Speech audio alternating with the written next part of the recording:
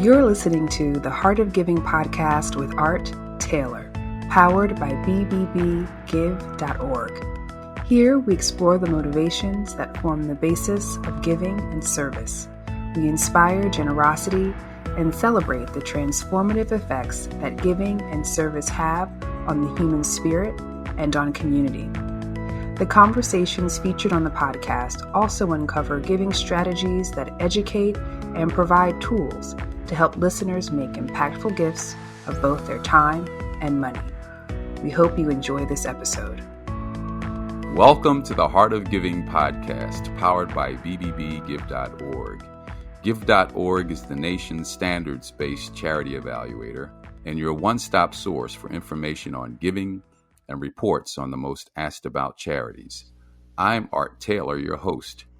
And with me today is someone from the BBB Wise Giving Alliance who's going to talk with us about the important work we are doing to help donors and charities appreciate how people feel about the trustworthiness of charities.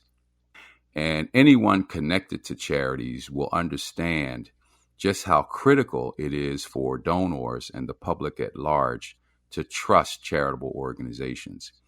We've seen study after study that indicates people will give more money to charities when they trust them.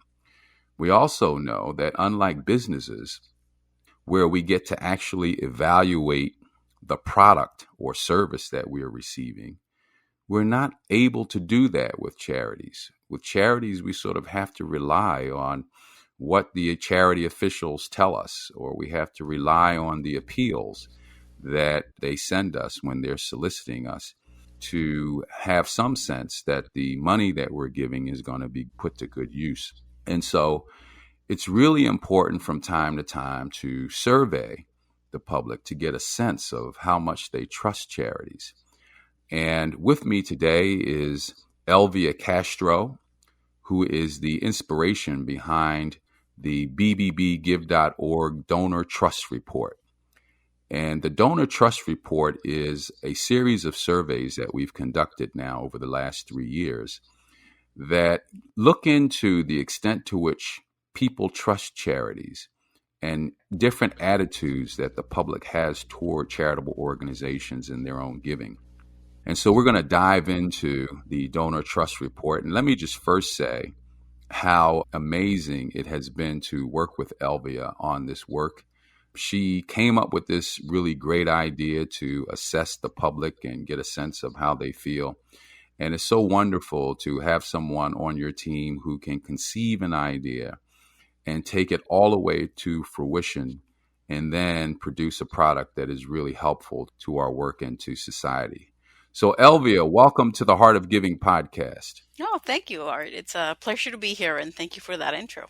So Elvia, tell us about the Donor Trust Report and essentially what it is attempting to do and how it helps the public and charities at large. Sounds good. Yeah, as you know, on our day-to-day work, we pay a lot of attention in doing really comprehensive, kind of insightful reports that require a lot of cooperation from the charity. We look at a lot of information, and then we produce this report based on 20 standards of charity accountability so that a portion of the population can feel comfortable giving with confidence. But we know that there's only a segment of a population, maybe 20% of people, who really do that kind of homework and background work before they want to donate. And for perhaps the majority of people, the process of trusting a charity and of being motivated to give is a little different. It's a lot more emotive and perhaps based on signals that they get when they're asked to give. And so what we wanted to do through this donor trust report is to look at people's attitudes and their behavioral intentions. So while on one side of our work, what we do is to kind of objectively and rationally study whether a charity is trustworthy, what we wanted to do through this study is to understand whether people trust and why people trust and which signals they're responding to. And our hope here is that we can find ways for charities to better communicate their trustworthiness with donors, or perhaps areas of public misinformation, so that we can help build that bond between charities and donors. Well, that's great. And I talked a little bit about it in the intro, but tell me a little bit more about why it's so important to understand donor attitudes as it relates to trust, and why is it so important when it comes to giving? Sure. Well, we know that a donor that trusts is more likely to engage with the charity. Part of what our study tells us, for instance, is that a donor that trusts and a donor who thinks it's important to trust is more likely to give. And among people who give, they're also more likely to give more. So we think it's very important for people to have that trust that allows them to build engagement with the charity and be more of a active participant in the charitable sector. So we want to really understand what it is that speaks to different people, whether it be younger people, people of different races, or just people with different kind of attitudes about the charitable sector, so that a charity can speak to different segments in different ways, and that way learn to engage a broader set of people. Yeah, it's so interesting, Elvia, that we've seen sometimes that trustworthiness, that is, whether we should be trusting something, Mhm. can be very different than whether a charity is perceived as being trustworthy. Have we uncovered any interesting insights related to that? Have you seen cases where there are charities that aren't really operating well, but people tend to have a lot of trust in them, or vice versa? Yeah, we don't really try to look at individual charities per se, but what we do look at are different types of charities. So, one of the interesting things that we've observed over the past years is that even though trust for charities as a whole in the past few years have decreased moderately, there are a couple of charity types for whom overall trust has been dropping very significantly. So, one is religious organizations, and for them, it's dropped about 6% in the past 3.5 years. And the other is civil rights and community action organizations. And for them, it's more like 12% overall drop in the last 3.5 years. And that's a group where we think it's very curious, because it isn't that there's something that we can tell that charities are doing any differently or that makes them any less trustworthy overall. But for some reason, overall, people are trusting them less. So that's the kind of thing where we like to observe what's going on. The other thing I would say there, though, is that because different segments of the population see it differently, while overall civil rights and community action organizations have been tending towards the bottom for African Americans in particular, and for young donors, particularly Gen Zers. They're among the most trusted charity types. So, as I mentioned before, we don't look at specific charities, but for groups, we can observe where sometimes the perception of trustworthiness goes up and down, and it might not necessarily be tied to what the charity is doing. That's interesting about civil rights organizations in particular. I wonder if it's a factor that either you love us or you hate us, so to speak, meaning that people who really care for civil rights organizations are probably even more engaged and more interested. But people who would respond about the trustworthiness of these organizations who don't like them may be less neutral in their attitudes, and maybe that's driving the overall impression of these organizations down. And it'd be interesting to figure that out in some way. Yeah, I absolutely agree with you.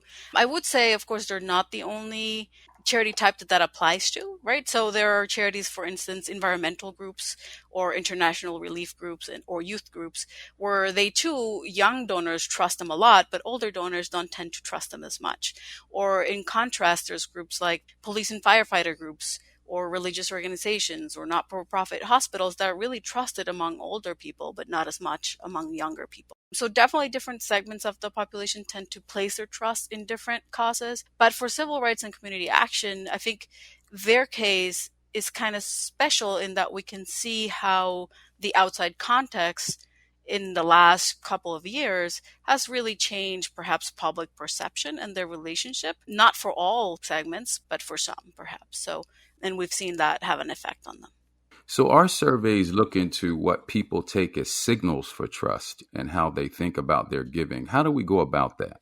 We have different ways to go about that. In some ways, we look at it broadly, kind of in a macro way. So, do you trust charities overall? How does it compare to other sectors? Or do you trust this type of charity more than this type of charity? But then we try to hone in kind of to more individual reactions to different things that they might see in an appeal from a charity. So, for instance, we might ask them which signals of trust they value most. And we might give them different options like charity monitoring organizations, or stories, appealing stories that they see in the appeals, opinions from friends and family, and so on and so forth. And so we see how different people react. And so, for instance, we learned a couple of years ago that younger people tend to respond to emotional appeals much more than older people. And older people tend to respond to things like third-party monitoring organizations or financial ratios. And so that gave us an opportunity to kind of appreciate the differences, but also understand that focus on any kind of one particular signal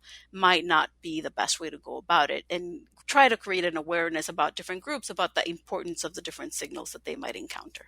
Well, you mentioned financial ratios, and since you did, I think we should probably dive into that, because I can tell you, whenever I tell people what I do for a living, I tell them that, I help people make informed giving decisions, and they say, "How do you do that?" And I say, "Well, we have a set of standards." And then they'll come back to me and they'll say, "Oh, you're the person who's going to tell me how much money I should put into a charity based on how they spend it. So you're going to tell me that this charity is putting too much money in overhead." I said, "Well, that's one thing we kind of look into, but there's a lot more things we have to do to really know if a charity is trustworthy." And so many of us tend to just focus on whether a charity is spending on programs versus administration or fundraising, or, they don't want to give to a charity if it appears that there's a certain amount of money going to overhead. And I'm just curious what you're seeing. Is that true? Is the public still sort of oriented to support a charity based on how much money goes to overhead? That has been one of the most significant changes we've observed over the past few years, where financial ratios only, 3, 4 years ago were really top of mind when we were comparing different types of signals. It was around 35% of people who were telling us they really relied on financial ratios as one of their top signals. But that has been steadily going down. So it went down from 35% in 2017 to then 22%. And then now it's only 19%. And a lot of that change has happened actually within 2020. So at the beginning of 2019, it was still 28%, and now it's only 19%. And so we think there's a couple of things going on. One, I think there has been over the past few years less focus on that kind of in the media.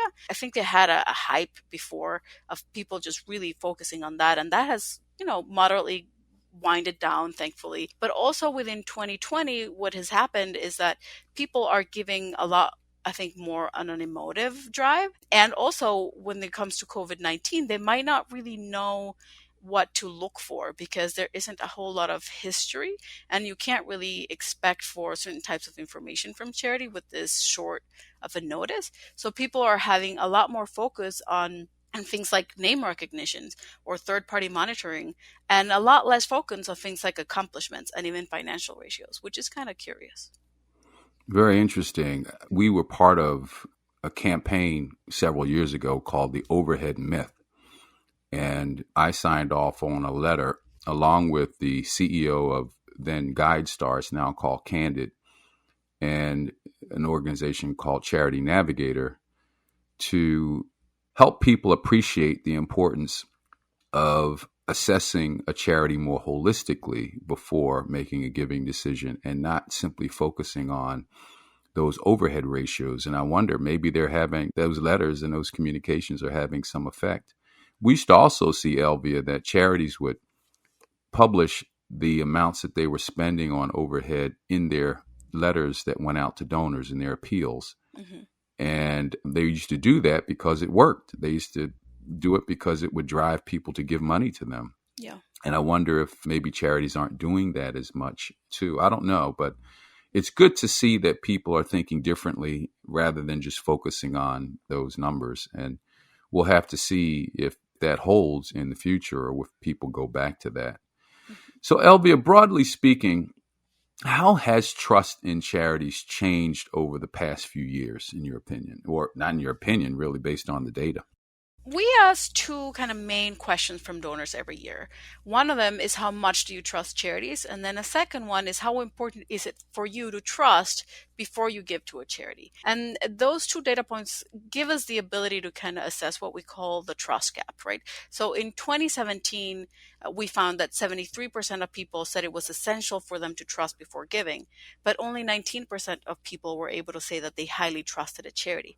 So that gave us a data point to say, hey, look, there's an opportunity here to keep building trust and therefore engagement.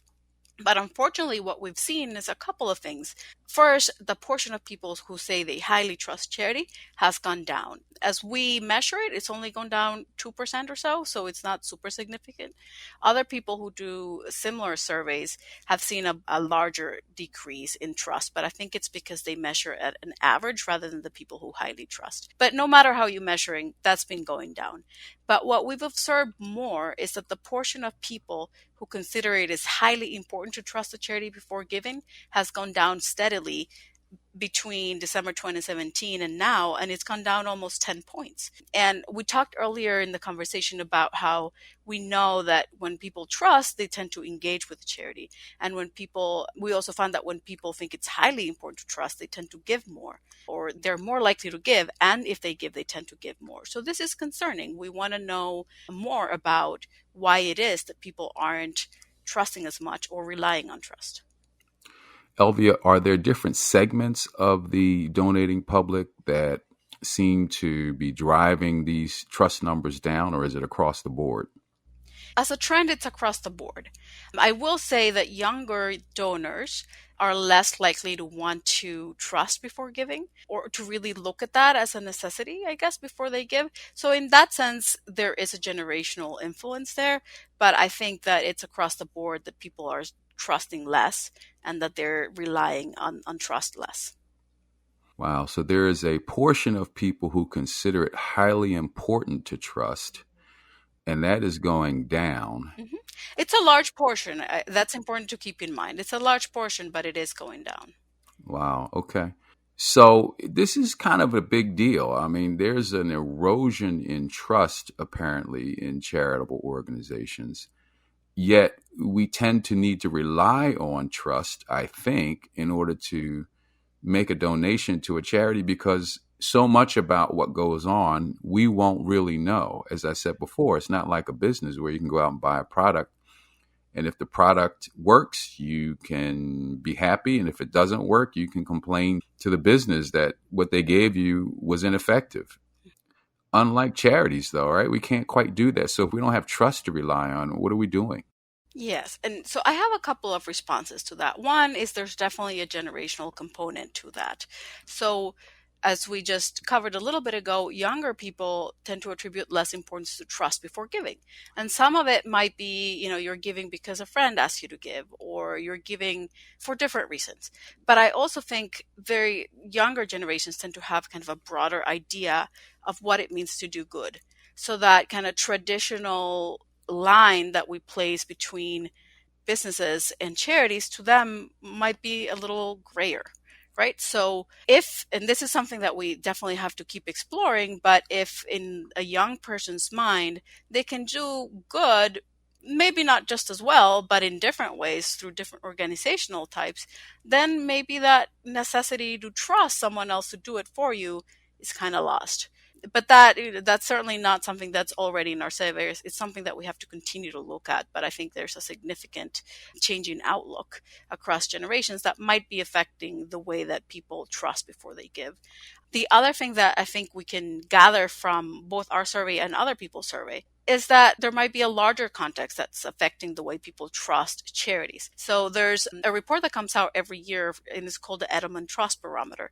And they track trust for institutions. So not only charities, but other forms of institutions around the world. And they've been doing it for about 20 years. When they came out this year, they expressed that yes, trust has been going down significantly for the past few years. But what they found that was really interesting is that there's a 15-point gap between the trust that people who are of higher wealth and more what they called informed public, more educated and higher wealth, is much higher than the trust by what they call the mass population. And what they think is happening is that this more privileged sector of the population can still kind of trust their institutions, but people who maybe have been failed by the system can't trust institution. And that general distrust for institution could trickle into the charitable sector, and people might not feel, essentially they might be just generally more skeptical or generally less trusting, and that could affect the way that people look at charities. Fascinating. I mean, we have been watching a general decline in institutions for quite some time. Charities tended to lag in that way. I mean, people were still trusting charities, but they weren't trusting these other institutions. Yeah. Now it looks like charities are catching up, unfortunately. No, I don't know if they're catching up. I think they're still, I guess, head of the class. They are the most trusted institution, more than government or businesses or other institutions. But it still is going to affect them, right? The way that people feel in general about their surroundings and about the institutions that serve them. Well, let me ask you this. We talked a little bit about it, but it looks like some charity types are more trusted than others. And what have you seen there? We talked about civil rights organizations getting a decline and maybe religious organizations, but who are the winners? So yeah, over the past 3 years, we have seen some winners. Religious organizations, animal welfare organizations, and not-for-profit hospitals are consistently at the top. But we do see a little bit of motion, I guess. What's most significant has been for religious organizations and civil rights and community action organizations, where unfortunately we've seen a pretty significant decline. But even for them, I think maybe the segments who support them most still trust them highly. So African Americans and young donors, Gen Z donors, are very much trusting of civil rights and community action organizations. We also see differences across generations for other charity types. So environmental groups are much more trusted by younger people. Same is true with international relief organizations. And in contrast, older donors tend to trust religious organizations, police and firefighter organizations, and also not-for-profit hospitals. Fascinating. Again, I think when I talk to civil rights leaders, they tell me that their fundraising is doing very well despite the decline in trust. And I think that probably has to do with the sort of zealot factor. You know, if you really are for an organization, you tend to just really go in all full bore. Yeah, I think that's right. That's why we think it's important to kind of look at the people who really highly trust charities. Right. We base it on the Net Promoter Score, which is, I guess, a business concept. Mm-hmm. But the idea is the people who are really with you are going to be kind of your champions and your supporters. But if someone feels kind of lukewarm about your organization, whether they go a little up or a little down or the average is shifting might not really make a difference. So let's talk for a minute about 2020. This has certainly been a really challenging year. And I'm just curious if we've seen any shifts, at least so far, in trust during this very difficult year. What have we seen? No, overall, we saw very little shifts in trust within 2020. But there are, again, a couple of groups where it did make a difference, and in particular, Hispanics and African Americans. And what we saw is that they were much less likely to say that it is easy to assess whether a charity is trustworthy. So in African Americans' case in particular, at the beginning in December 2019, 24% of African Americans said that they thought it was easy to assess whether a charity is trustworthy. But by August 2020, only 15% say that. So that's a pretty significant drop. And the other thing we saw happening is that some people said that it's no longer highly important for them to trust before they give. And that went down by about 7 points. So it also tells us there's a relationship there between a person's ability or perception that they can tell whether an organization is trustworthy or not, and the weight they place on the importance of trusting before giving. So let me get this right. It looks like for Hispanics and African Americans, they now find it more difficult, or their perception anyway, is that it's more difficult to determine if a charity is trustworthy. And at the same time, the extent to which they believe trust is important is going down about 7 points. Is that right? So those are the two factors that seem to be correlating here. Yes, that is right. And so I will say that's specifically true for African Americans. For Hispanics, we did observe actually a higher portion of people saying that it was harder for them to assess trust, but it didn't necessarily trickle to their reliance on trust before giving. But for African Americans, we saw both things happening at the same time. Now, we don't have kind of proof of causality there, but we think it's related, right? So it just kind of makes sense that if you don't think it's easy to trust a charity, like if you don't know how well your assessment, how far it goes, you can't really trust it as much, right? So your reliance on trust before giving should naturally go down. Wow. So I've been making this point in quite a few of the podcasts that we've had, which is this notion, really this fact that we've observed over the last decade or so, that the number of people who donate to charity has gone down, and it's gone down significantly. We're talking 12 to 14% over the last 12 years or so. And if you were to project that out, if that were to continue, at some point in the future, maybe no one would be giving to charity. And yet, at the same time, giving is increasing. Overall giving is actually up. It's just the number of people donating has gone down. So we have, I guess, wealthier people giving more, and the average person, so to speak, if we could put them in a persona, giving less or not giving at all.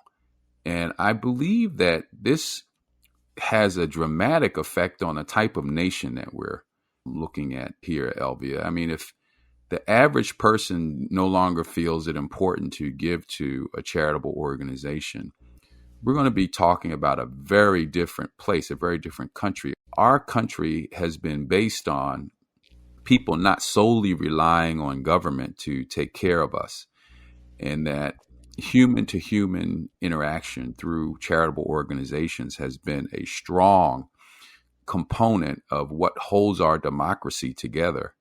And I just worry that if people are now sort of leaving that part of our work to government, or if they're deciding that we should let wealthy people make all of the donations to charitable organizations, then it's going to affect those organizations too. It affects their independence. It affects how they're able to go about their work. And I don't know if our surveys have come up with anything that can help either confirm or deny what I'm saying, but I'm curious what you have to say about that and what you've seen. Yeah, so we've only really been tracking donor attitudes for not quite 4 years yet. But we have research from others who found what you just mentioned. The less people are engaged. Donations overall are still going up, but people are less engaged with the sector, and that's certainly sad, right? What we've seen in our study between 2017 and 2019 is that in 2017, about 68% of the people who responded to our survey say that they had donated during the year, and by 2019, it was only 58%. So that's a very significant drop. And something similar was happening with houses of worship, where at the beginning it was 53%, and now it's 46%. It concerns me in a number of levels. On the one hand, when I think of charities and I think what's going on, I certainly don't think there's something kind of deliberately going wrong with the way that they're engaging people, but I worry that there's something kind of a systematic incentive to focus on major donors and historic donors.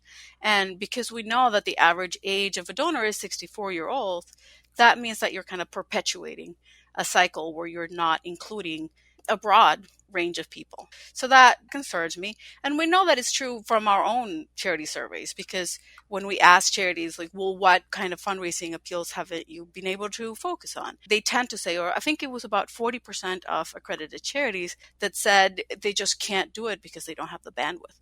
And so that's really a concern. There's nothing deliberate there, but there's something going on with the charitable sector in that sense. And on the side of like public perception, this is again something that we really have to study more. But it is concerning that less people are engaging with charity. And I will say a little caveat here. This is before 2020, because 2020 we've seen some different shifts. But up until 2020 and for the previous 20 years, that was certainly happening. And so we do wonder, is it that there's kind of a loss in the sense of individual or collective responsibility, like culturally speaking? Or is it that kind of inequality and sense of unfairness that might be driving maybe a sense of powerlessness or a loss of agency from some people? Or maybe people are just changing the way they think about the way they can do their part, and that's affecting the charitable sector. So we're really not sure yet. I will say on an individual level, I grew up in El Salvador. I came up to this country when I was an adult. So I first kind of experienced the sector as an adult. And to me, honestly, it was admirable and just shockingly amazing that one could have a job trying to pursue a social cause. That is something that's special. I know it isn't the only country, but it is special to this country. And the social contrast and kind of trust and infrastructure that requires, it's really special. And I think, sorry if I'm overextending on this point, No, no, on a no. personal level, but one of my first experiences as someone who came into the country as an adult was a class. So it was a kind of odd way to learn about the sector. It, of course, isn't to say that I didn't learn about charities or generosity before coming here, but the really kind of beautiful, very active, very engaged model that the US has is really a special kind of privileged thing. But the first time I read about it or I really thought about it was in the classroom. And what they gave me was Carnegie's Gospel of Wealth. And I remember thinking, one, this is wonderful. This is such an amazing document, such insightful and just beautiful in its responsibility towards other people. But at the same time, that document is really kind of condescending and really arrogant and really places an idea of who the people are that very much comes from Carnegie at that time. So in some ways, I think foundations can be that. They are fully amazing, admirable organizations, but they very much, the funding comes from the priorities of a very small group of people. So if you compare that to the charitable sector, to me, the charitable sector is much more to the people and for the people, but it really requires a social contract and engagement from a broad group of people who trust that system and who trust the infrastructure that's been built through the years. And so it would really be a shame to lose that, right? To lose that engagement from a broad set of people and that trust that we'll have in that organizational type. So I certainly hope that we find more insights on what is going on and how to really reach out to those people who aren't being engaged. It might just be an issue with the way we communicate about the value of the sector. It may be more that the sector has to adjust to shifting preferences, and it may be somewhere in between, but I really hope that we can be a step in that direction. Well, one of the reasons I created this podcast was to inspire people to give and donate and support causes that matter to them, because I do believe it's so critical to how we do democracy here in the United States. And I can't help but also mention a point you made earlier about the changing demographics in the nation. And yet charities may seem to be lagging behind in understanding how to reach those different demographics. Charities tend to do what works. Mm-hmm. And if they have a donor base that they can appeal to, that supports them, they will continue to use that until it's clear that it doesn't work anymore. So it looks like we've gone from getting money from predominantly, I guess, white people. At least they've gone from being able to appeal to a broad base of white donors. And now it appears that the number of white donors in the country is declining just because our population is shifting. We're seeing more diversity in our country. And so as a result of that, charities now have to shift to find ways to get these other demographics that are growing to support their operations. And as you said, they haven't quite shifted yet. And I wonder if that is having some effect, as you point out, in the overall numbers of people who are donating to charity, and why there is some decline over the past decade or so in the number of people who are giving to charity. If that's true, then organizations really do have some work to do to find out how to reach more diverse populations if we're going to sustain this form of democracy in our country. Yeah, I absolutely would agree. I think it is true, right? But I would repeat again what you just said. There is a systematic problem, right? So society does want charities to be very lean, and we want charities not to spend too much in their fundraising efforts. So the pressure that they feel to stick to their major donors and to stick to their, historic donors, I can understand. But I do think that as a group of charities, we do need to make a very conscious effort if we want to be able to engage younger generations and more racially diverse people. So. Well, we've also seen that people of diverse backgrounds who do give at a much higher percentage of their incomes. So that's also a really important point to remember. If charities are able to make the investment in reaching out to these groups, I think you've had another study that showed that they want to be asked. They want to be asked to give to organizations, but they haven't quite been asked yet. Yeah, and so what I would say to that is a couple of things. One is that, so within this year, but also historically, when you ask people how open they are to charity solicitations, actually younger donors tend to be much more open to charity solicitations, or at least they express that. And also minorities tend to be more open, and that's important to know. It isn't that they're close to the idea. We hear frequently that younger people aren't in a position to give simply because they don't have the money. So younger people, and we also hear it in the context of minorities, they have less money and therefore they can't really give. To me, that isn't a very satisfying kind of answer. It's certainly part of the puzzle. You can't ask someone who doesn't have a lot of money to give a lot of money. But there's also plenty of studies showing that lower income people tend to be more empathetic, in part because of their individual experiences or circumstances, but they tend to be more empathetic and relatively more generous. So I think that there is a need to kind of build on that openness and try to engage people. The tricky part there is also that you have to think of kind of the life cycle of the donor and perhaps engage someone where they aren't giving a whole lot of money in hopes that they will later in the game. But it is important to engage people, I think, sooner rather than later. So another question about 2020. Again, it's been a very challenging year. But what are donors telling us about their giving intentions for 2020? And I know we're in the middle right now as this podcast The end. being released. We're at the It's end of the end, or 2020. we're getting to the end of Getting 2020 to the now. end, but this is an important period. I mean, what might we see when we add up all the numbers at the end of 2020 as a result of our surveys? So, of course, we don't know, right? But I will say we surveyed people in March and then we surveyed them again in August. And in March, what they told us is about half the people said they were going to give about the same. And then 31% said they wanted to give more this year. By August, again, about half the people said they wanted to give about the same, but only 24% said they wanted to give more. So the kind of impetus to give was kind of declining with time. When we took a closer look, it turned out that maturers and boomers who tend to give more money and who tend to be kind of more rational givers, they were a little bit more likely to give. And young donors who tend to be a little bit more emotive in their giving, the amount of young donors who wanted to give more had dropped across the year. But I will say it had dropped, but it was still very significant. So it dropped for Generation C from about 61% to 42%. So there were still a lot of Gen Zers who were hoping to give more this year. The caveat would be that it was dropping, right? So we have to keep in mind that with a disaster like this, it's unusual because it isn't a short-term disaster. It's kind of a lagging problem. So that kind of emotional giving may kind of trickle down. Having said that, what we've learned from others' research recently, we've heard that Giving Tuesday was a very successful Giving Tuesday, and that perhaps more money came in overall, I guess, net giving, but also from more donors, right? So this is an example of maybe new and younger donors being engaged. And we also heard that the second quarter wasn't so bad in terms of overall donors donating or the net amount.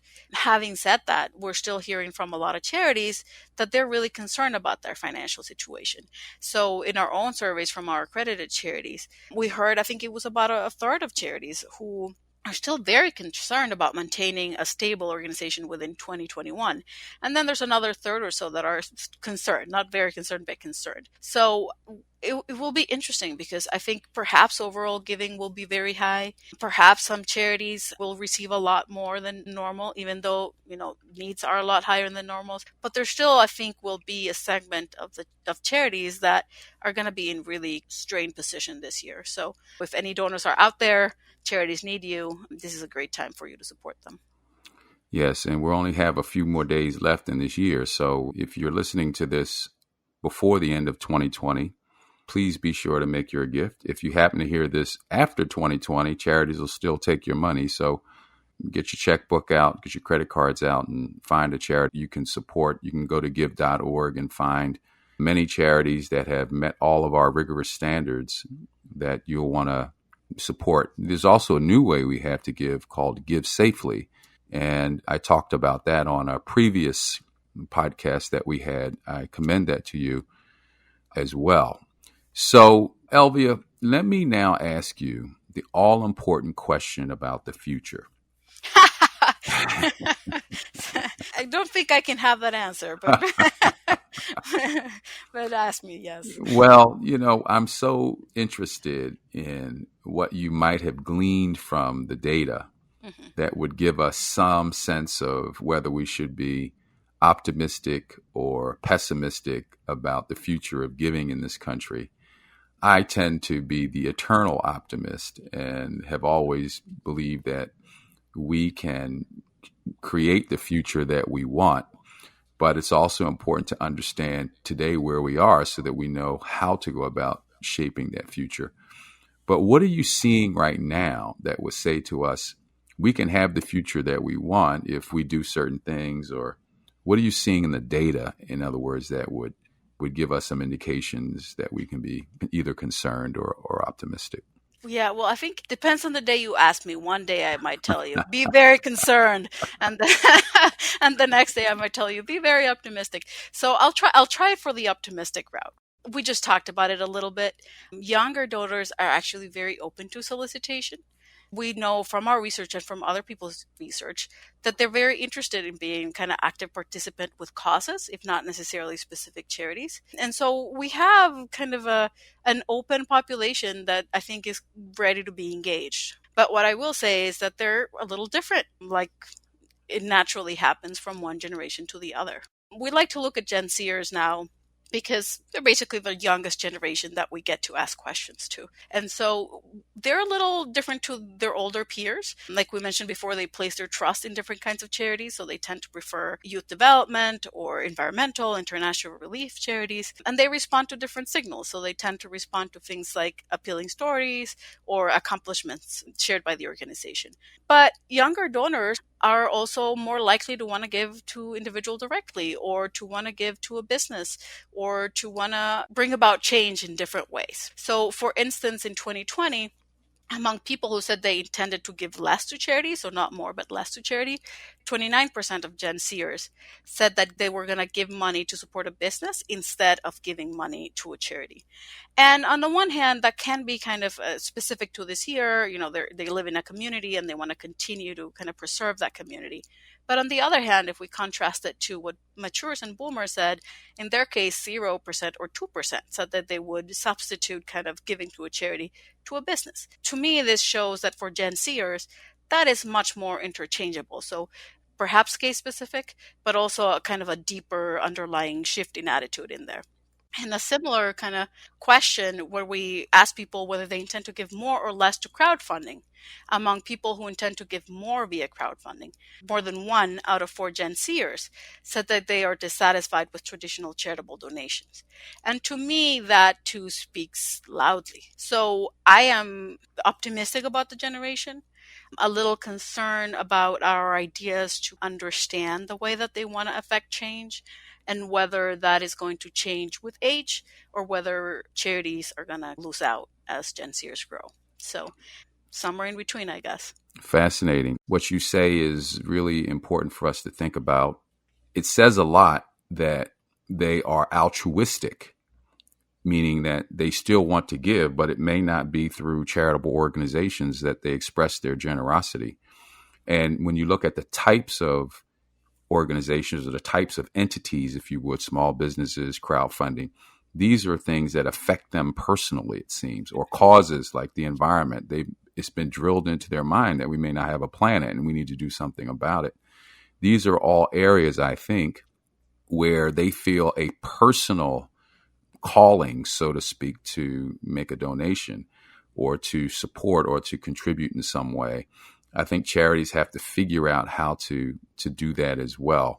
Charities have done a very good job, I think, in expressing how they're going to help society in some way, but they may not have maybe expressed it in a way that it feels personal to those donors.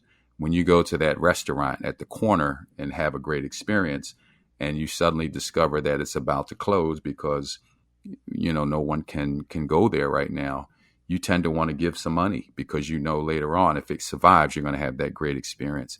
I think maybe charities have to do that type of communicating with this younger generation to get them to appreciate there's something personal about this. And we have to do better in creating incentives, I think, for people to give. My generation grew up with this notion that you get a tax deduction for your contributions. Well, today, with the tax code the way it is, many of us aren't able to take advantage of a tax deduction because of how the tax code is structured today. And so we have to come up with new incentives to get people to give. One of the things we did with our Give Safely platform was to try to give donors something back in exchange for their donations and in exchange for the information that they want to share with charity. So we'll have to see. But Elvia, let me just tell you how much I appreciate the work you're doing with the Bbbgive.org Donor Trust Report. As you can see, listeners, this is some really powerful and helpful information. And I hope you'll stay in touch with this report. You can get copies of it freely downloadable on our website, give.org, as they come out. And I want to thank you for listening to this edition of the Heart of Giving podcast. And I hope you'll subscribe to future editions and previous ones by going to any of the major podcast platforms. Thank you for listening. You've just listened to the Heart of Giving podcast with Art Taylor. Be sure to tune in next time for a brand new episode. To listen to our other interviews, visit heartgiving.podbean.com. That's heartgiving.podbean.com. Subscribe to our show on major podcast platforms. Send your comments and ideas to nona@thusmarket.com. That's nona@thusmarket.com.